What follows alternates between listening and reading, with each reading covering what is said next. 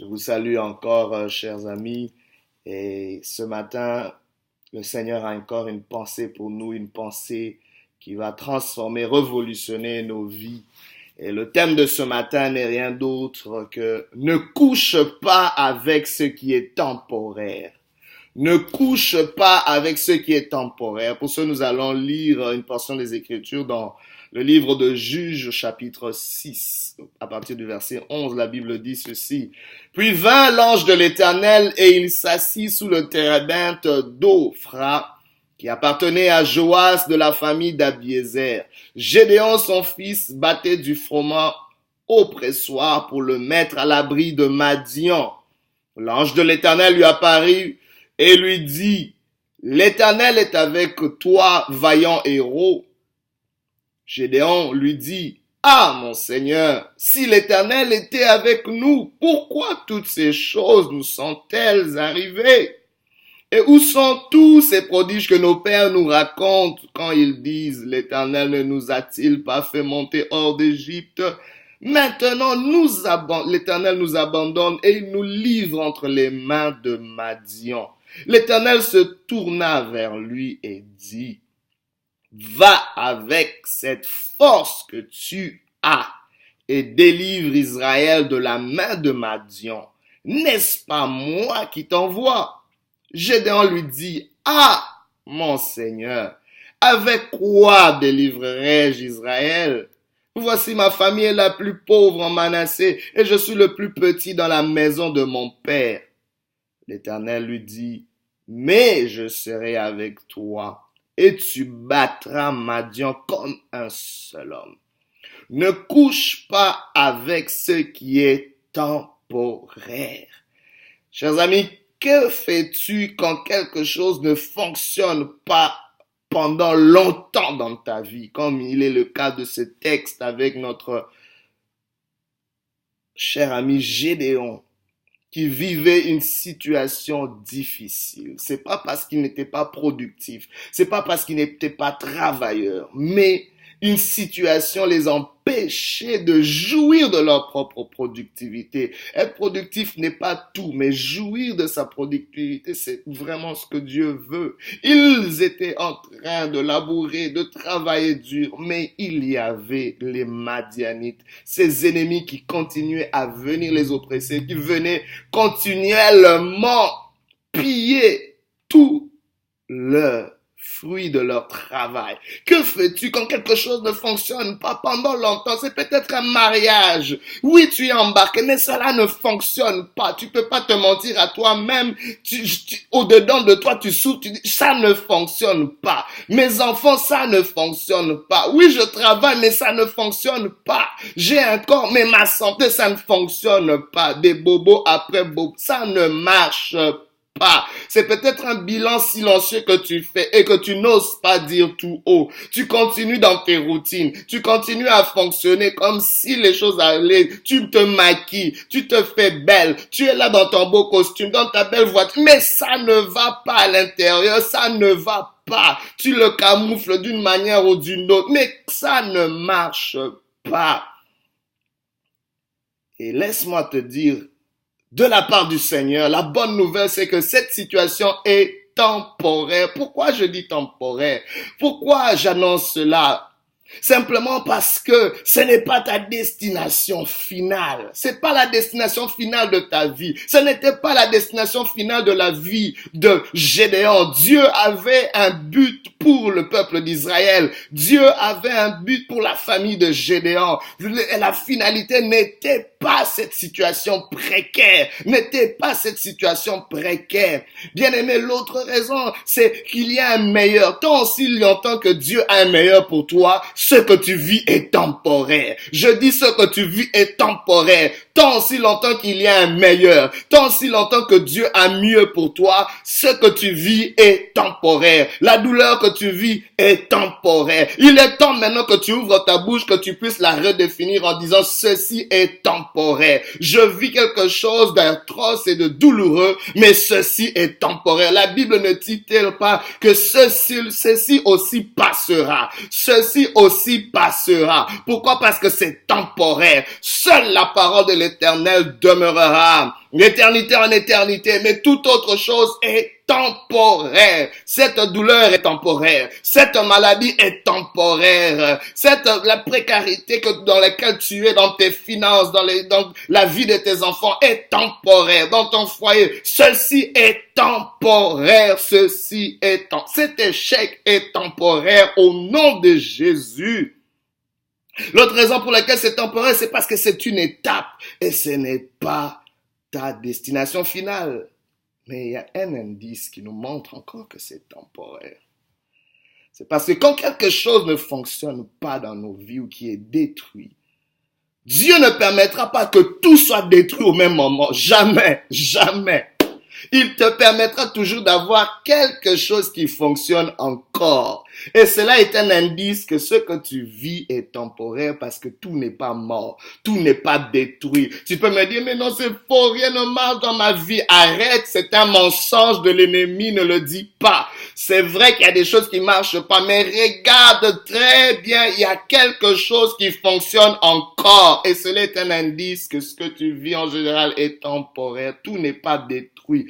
Dieu va toujours te préserver quelque chose comme un indice, comme un témoignage, comme une prémisse, quelque chose que Dieu va utiliser pour restaurer les choses. Mais regarde comment tu utilises ce qui te reste, comment tu utilises ce qui fonctionne encore. Gédéon avait encore des bras, Gédéon avait encore l'énergie pour travailler, mais comment est-ce qu'il utilise? Il a utilisé ça simplement pour cacher la récolte. Il a utilisé ce qui fonctionnait encore dans sa vie pour accommoder ce qui fonctionne pas. En d'autres termes, il a couché avec ce qui est temporaire.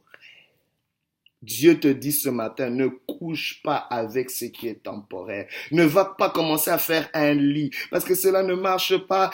Je pense que ma vie c'est seulement comme ça. Alors on va créer des mécanismes pour accommoder une condition difficile, une condition que nous n'aimons pas, une condition que nous ne désirons pas, nous ne voulons pas pour nous ni pour nos pires ennemis. Mais pourquoi nous mettons-nous à l'aise dans ces choses? Pourquoi accommodons-nous des choses qui sont dysfonctionnelles? Le peu d'énergie que tu as, le peu de capacité que tu as, les petites choses, le peu qui fonctionne encore dans ta vie, tu vas l'utiliser pour accommoder ce qui marche pas. C'est une erreur. Dieu te dit, ne couche pas dans ce qui est temporaire. D'abord, reconnais que c'est temporaire et deuxièmement, ne couche pas avec ces choses. Ne couche pas avec cette situation. Tu dois refuser de l'accommoder. Parce que la tendance que nous avons en tant qu'être humain, à nous habituer à quelque chose qui perdure, pour survivre, pour avoir un semblant de normalité. Mais cela est illusoire, c'est une illusion que tu te fais. N'accommode pas un lieu de douleur, ne l'accommode pas. Vous allez voir parfois dans la Bible, vous allez voir peut-être cet aveugle Bartimée. Oui, aveugle, mendiant, mais il a un manteau où il se met à l'aise dans un coin parce qu'il accommode sa situation. Parce qu'il dit, je serai toujours aveugle, je serai toujours mendiant. Non, mais le jour où Jésus est passé, il a jeté son manteau, il a suivi Jésus, il a fait quelque chose de différent. Bien-aimé, utilise différemment ce qui te reste. Dieu te le dit aujourd'hui. Mais parfois tu te dis, mais c'est pas mon cas. Je ne pense pas que je suis en train de coucher avec ce qui est temporaire. Mais regarde,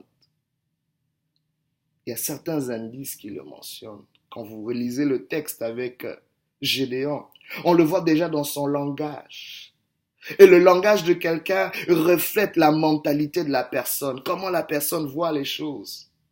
Quand le Seigneur vient lui annoncer quelque chose de différent, il lui dit, je suis avec toi, vaillant héros. Directement, il fait objection à toute chose nouvelle. Tu fais objection à toute solution. Tu trouves un problème à toute solution dans ta vie. Parce que tu as déjà décidé que ça, c'est permanent, ça ne va pas marcher. Quand quelqu'un t'annonce une solution, essayant quelque chose, tu es déjà en train de t'y objecter. C'est déjà un indice que tu as fait un lit. Tu es en train de coucher avec ce qui est temporaire. Dieu te dit, sors de cette mentalité-là. De donner toujours des objections à toute possibilité, à toute opportunité, à toute solution. Ne couche pas avec ce qui est temporaire. Dieu vient lui dire, oui, je t'aiderai. Tu vas délivrer Madian. Va avec la force que tu as et délivre Israël de la main de Madian. Il va encore objecter. Ah mon Seigneur, avec quoi? Et puis il commence à parler de sa famille. Il commence à parler de lui-même. Il se voit déjà dans une attitude négative, dégradante. Bien aimé, tu peux pas avancer comme ça. Et Dieu devait restaurer d'abord sa mentalité. Et parfois dans nos vies, nous avons une mentalité de toujours recevoir. Ça, c'est déjà un indice que nous avons couché avec ce qui est temporaire. Et vous le voyez parfois dans les nations du tiers-monde. C'est toujours recevoir. Ça marche pas. On a besoin de l'aide. On a besoin de l'aide. Qui va me donner? Qui va me donner? Non, ça va pas marcher parce que laisse-moi te dire une chose. Toute attitude de toujours recevoir, de toujours demander, c'est une déclaration de dépendance. C'est une déclaration d'esclavage dans ta vie. Il faut refuser cela. Parce que Dieu t'a créé, t'a établi comme maître sur ta vie. Tu es le premier responsable de ta vie. C'est pour ça que quand Dieu vient te visiter, la première des choses qu'il va d'abord chercher, c'est à situer le responsable. Avant qu'il puisse changer les choses dans ta vie, il doit te positionner. C'est qui le responsable de cette vie? Où est-il? C'est pour ça qu'il demandait à Adam, Adam, où es-tu? Je veux restaurer le chemin, où es-tu? Mais quand tu te déresponsabilises, tu mets la responsabilité de ton bien-être sur les autres, sur l'aide des autres, sur ce que les gens peuvent te faire, sur ce que les gens peuvent donner, sur ce que les gens peuvent dire. Non, tu es déjà en train de coucher avec ce qui est temporaire. Et c'est très, très dangereux. Et c'est ce que nous faisons parfois, bien-aimés. Nous devons refuser cette attitude-là. Parce que bien aimé, ce que nous ne possédons pas de nous-mêmes, là où nous ne prenons pas nos responsabilités, on va toujours perdre cela. Parce que ce sera jamais assez ce que les gens te donnent. Ce sera jamais assez et ça va toujours te mettre dans un cercle vicieux et les gens vont utiliser cela pour te manipuler, pour t'abuser et comme ça parce que tu es toujours là. Ah, si je dois réussir, c'est mon mari change. Non, ça va pas prendre le changement de ton mari pour que tu sois heureuse. Ça va pas prendre le changement de tes enfants pour que tu sois heureux. Ça commence par toi. Ça commence par toi, vaillant héros, sors de ce lit, cesse d'accommoder cette douleur en disant, si seulement les autres chantent, si seulement les autres, non, ça commence par toi, le Seigneur dit, lève-toi, vaillant héros, héroïne, lève-toi, c'est avec toi que je vais délivrer, c'est avec toi que je vais changer ta situation, le miracle de ta vie va commencer avec ce qui te reste, il y a encore quelque chose qui fonctionne, et Dieu veut utiliser cela pour changer ta situation et non pour accommoder ce que tu vis, mais plutôt pour le changer. Dieu va au fait utiliser la même énergie que Gédéon a. Il dit, Gédéon, tu es fort. Assez fort pour travailler, pour produire. Assez fort pour aller cacher cette production, parce que c'est ça, tu es en train de le cacher, tu es dans une routine, dans des habitudes où tu es en train d'accommoder, parce que tu te dis, tu t'attends que les Madians viennent, tu t'attends qu'on puisse piller, tu t'attends qu'on puisse te voler, tu t'attends que ça ne puisse pas marcher, et tu as maintenant utilisé toute ton énergie pour accommoder cela. Je dis, la même énergie, utilise-la pour te lever, la même énergie que tu as pour cacher ta productivité, pour accommoder les pilleurs, utilise-la pour affranchir ta vie, pour libérer ta vie. Mais il dit, mais avec quoi? Le Seigneur dit, je serai avec toi. Mais je serai, bien aimé, Dieu dit, je serai avec toi. Dieu ne peut pas être avec toi si tu n'es même pas avec toi-même. Il faut que toi, tu sois présent pour que Dieu soit avec toi. Si tu te lèves pas, avec qui Dieu il sera? Dieu ne peut pas être avec le vide. Il faut que tu sois présent. Il faut que tu te lèves. Il faut que tu sortes de ce lit-là. Il faut que tu cesses d'accommoder ces choses. Et lève-toi et Dieu t'accompagnera. Et Dieu sera avec toi. Et Dieu sera avec toi seulement si tu te lèves, seulement si tu décides, seulement si tu remets en question ces choses. Laisse-moi te dire. Quand quelque chose est temporaire, nous devons rester debout et non couchés. Bien aimé, nous devons rester debout et non couchés. Quand on sait que notre situation est temporaire, on est peut-être dans un lieu, dans une ville où on sait qu'on va pas rester longtemps, on est debout, on est dans les qui-vive, on prend pas des décisions à long terme. Je vais pas acheter une maison dans un lieu où je sais que je veux déménager dans 6 mois.